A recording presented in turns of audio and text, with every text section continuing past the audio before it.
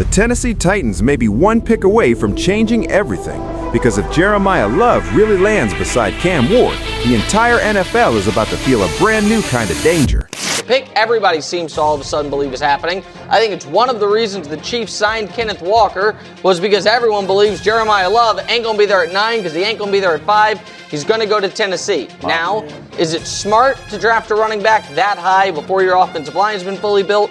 Maybe ask the Raiders that last year. I liked it last year for the Raiders. It didn't work out. Jeremiah Love to the Titans is a pick a lot of people see coming. Carnell Tate to Ohio State. To the Giants. I'm sorry, from Ohio State, correct. There's just so much Ohio State guys here. To the Giants. Malik Nabers coming off the injury. Even with Nabers, doesn't have, to me, a surefire number 2. They have a real investment in Jackson Dart, at least emotional investment, if not financial investment, and maybe feel like the defense, that front 7 defensively, they've poured so many resources into already. That's the spot there. Number 6 to the Browns, a team that on offense needs a bit of everything. Maybe they go out and get the number 1 tackle in the draft. Maunoga, I apologize if I mispronounced your last name, young man, out of Miami, the star right tackle you saw throughout the national championship game run.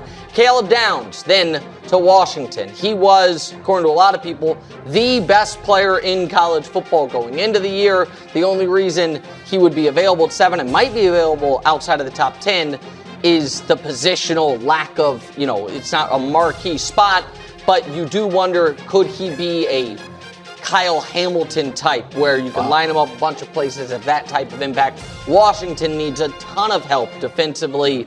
Caleb Downs makes sense there. I think the best pure pass rusher in the draft, David Bailey. Now, I don't know that he is a 3-down player, and I don't know that he'd be great against the run, but he is a monster against the pass. David Bailey to the Saints. If it were to fall like this, I believe the Chiefs would run to the podium to draft Reuben Bain. They have not had a blue chip edge rusher. You could argue Mahomes' whole career, certainly since Frank Clark's first couple years there, but even Frank was more of a playoff performer than a regular season performer. And then a move that I would not support, which is why I think the Bengals might do it, because most of the things they do I don't support. Hey, you know what would be fun?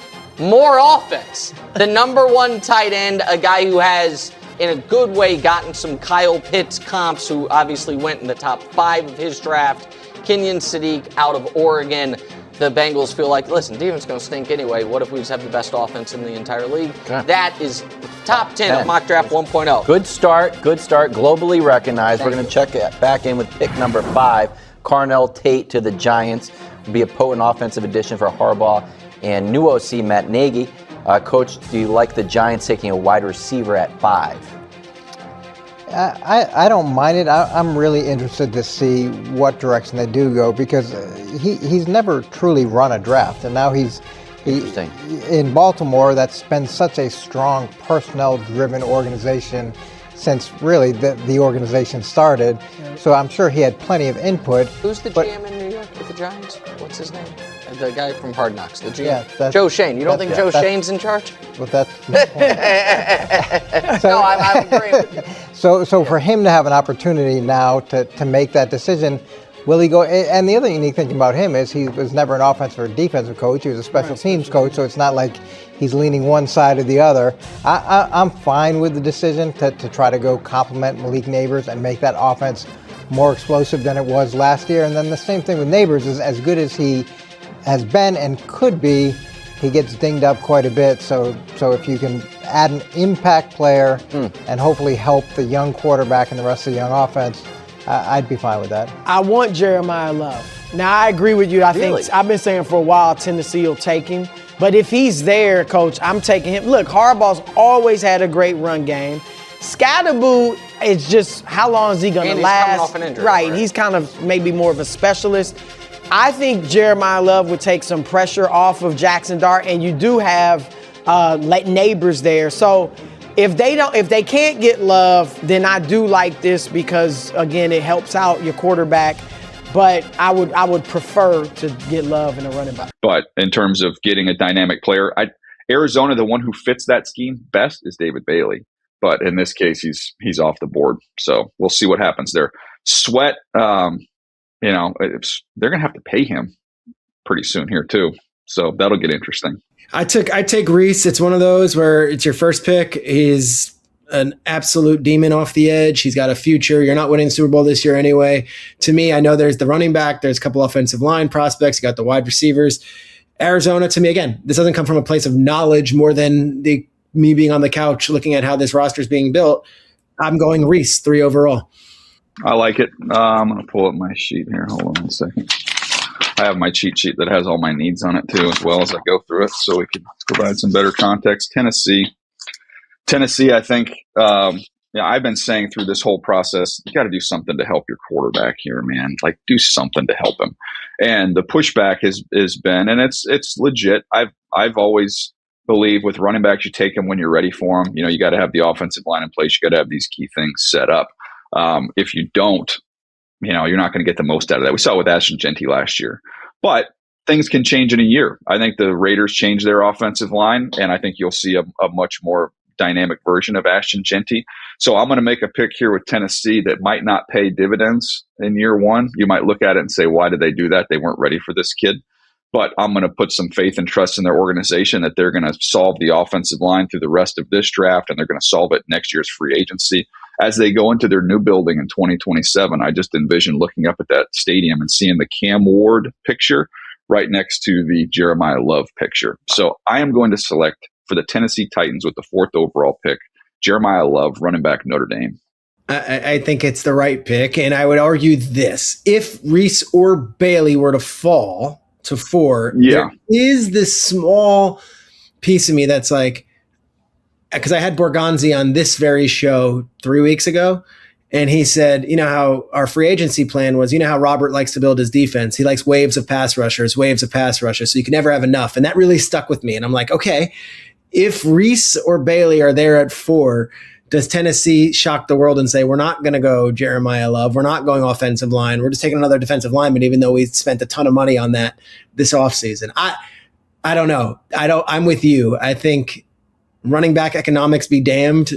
Tennessee been pretty irrelevant since Mike Vrabel left. You've got the great quarterback. Give him the guy at running back and who could play wide receiver as well. Yeah, the other thing is, I know people are listening or watching and go, well, what about Ruben Bain? There's another pass rusher there. I think there's the 2 players we have going off the board in terms of Jeremiah Love and Sonny Styles are going to both buck that trend in this draft. Now, in other drafts where maybe we have a little higher ceiling players, we have, more offensive tackles and, there's even a longer list of premier edge rushers and more quarterbacks. Like, yeah, they'll have to wait their turn, but they're not going to I don't think they're going to have to wait their turn in this draft. Their grade's just going to be so much higher than those other players that I don't see that. I think they're going to go. You have Jeremiah Love going to Tennessee 4th overall. Now, Matt, long before Adam Schefter showed up on Pat McAfee's show 4 times a week and is everywhere else on ESPN after that. He was born into television on NFL Network, and he and I talked a lot. And I knew him back in college.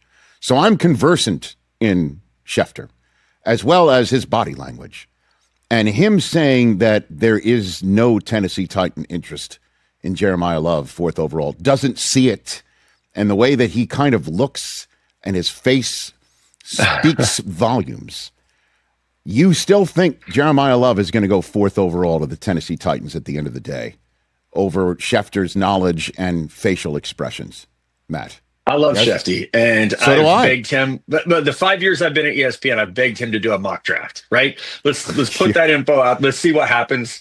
But yes. I do also think that this is the time of year where things change. I can remember the year when it was, hey, San Francisco is going to take Mac Jones at 3, and everyone was adamant about that until about this time, 3.5 weeks before the draft. That's when things started to change. So I trust Shefty. I mean, I trust him with all the information. I would probably trust his weather forecast over my local weather guy. I don't know about that. I do think that might be a little. No, he's plugged in. Adam has reception, but maybe not Doppler. You know what I mean? Like that's not the radar he has. But I why think do you time, think? yeah, there's time for decisions to change, and especially with free agency. Tennessee was active in free agency. They trade for Jermaine Johnson. They trade Tavondre Sweat, a very good nose tackle, for Jermaine Johnson. They get John Franklin Myers. So they've checked off those needs that you would think at the top of this draft they would be in a position to get an edge rusher. Well, they went and got 2 of those guys. And so you look at where they're at 4. If it's not Jeremiah Love, is it a little bit early on one of the wide receivers like Carnell Tate from Ohio State or Mekhi Lemon from USC? Do they see something in their offensive line that we don't, to where maybe they would say, okay, let's go with, a Spencer Fano from Utah or a Monroe Freeling or Caden Proctor? Maybe they think they need to go that route, but they have JC Latham and they have some other guys up front that they've invested in. So it really also gets to that point of like, logically, you're either quote unquote reaching for Jeremiah Love because he's a running back, or you're looking at other non-premium positions like Sonny Styles, who's a linebacker from Ohio State, or Caleb Downs, a safety from Ohio State. So I go back to Love as the best player in this class, in my opinion, and they have a need there. They absolutely have a need with Tony Pollard and Tyjae Sparks. Why not help out your guy in Cam Ward and give him this dynamic, rare running back prospect that can help put that offense over the top? It makes sense. I mean, everybody talks about how he's Bijan right? And so why wouldn't you want to have that dynamic person right next to Cam Ward in his second year? In the same way that we've seen some mocks that Love somehow drops to Washington, 7th overall, and you can place him next to Jaden Daniels in his second full year. Health obviously being good to him.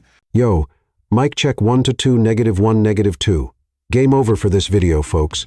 Smash that like button, drop a comment, and subscribe to stay in the huddle for more. This is NFL Madness, bringing the heat and signing out.